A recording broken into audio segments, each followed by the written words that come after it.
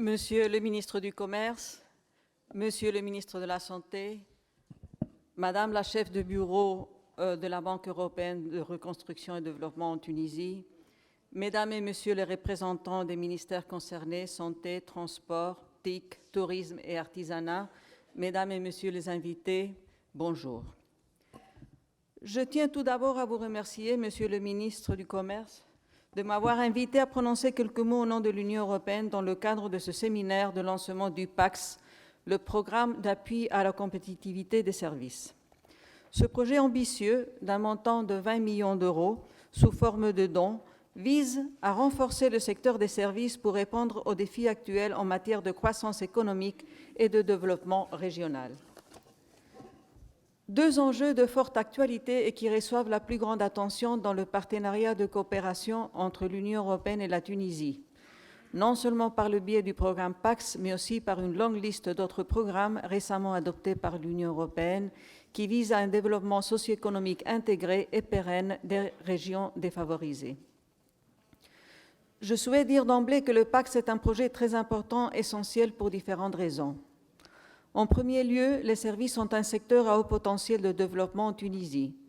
Ils représentent déjà 62,3% du produit intérieur brut et 23% des exportations et emploient plus de la moitié de la population active, notamment les diplômés. La contribution des services dans l'économie tunisienne est appelée à augmenter davantage, notamment afin d'absorber les taux élevés de chômage parmi les diplômés. En deuxième lieu, la Tunisie est appelée à négocier avec l'Union européenne sur les services suite au démarrage des négociations à l'ECA, ce qui nécessite un effort préparatoire de mise à niveau afin de profiter des opportunités qui vont s'ouvrir et faire face aux nouveaux défis.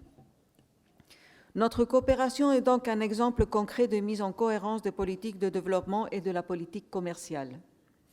En troisième lieu, le PAX se veut un vrai projet pilote multisectoriel de mise à niveau des services, tout comme l'avaient été les petites et moyennes entreprises et le programme PECAM pour l'industrie.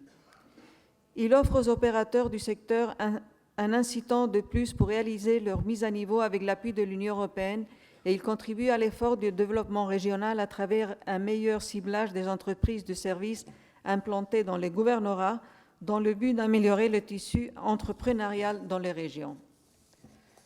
Ce programme permettra surtout d'aider les acteurs économiques à relever certains défis. Je pense notamment à l'innovation, la formation, la qualité des services, la compétitivité de leurs produits, autant de leviers pour apporter le développement de l'emploi dans les régions. Pour atteindre ces objectifs, le programme PAX se décline en trois axes principaux.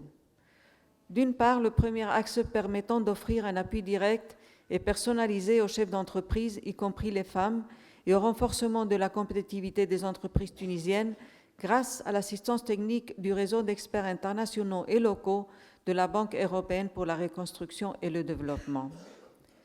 Cet axe permettra aussi le renforcement des prestations de certaines structures intermédiaires d'appui aux entreprises, par exemple les associations professionnelles et sectorielles.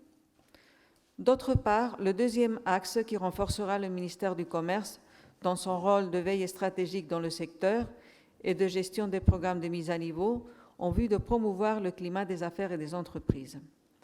Cet axe vise aussi à appuyer le ministère du Commerce dans l'élaboration d'une stratégie nationale pour le développement du secteur des services, en particulier pour appuyer le développement des capacités d'exportation afin de gagner le pari de l'intégration de la Tunisie dans l'économie mondiale.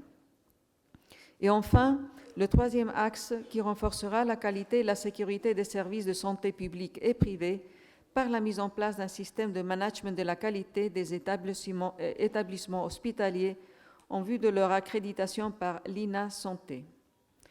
Les instruments d'appui mis en place dans le cadre du PAX permettront de renforcer les compétences acquises sur certains secteurs ayant prouvé leur potentiel de compétitivité d'une part, mais aussi de développer les niches à forte valeur ajoutée pour le pays, susceptibles d'absorber les diplômés de l'enseignement supérieur et d'assurer une croissance économique inclusive et soutenable.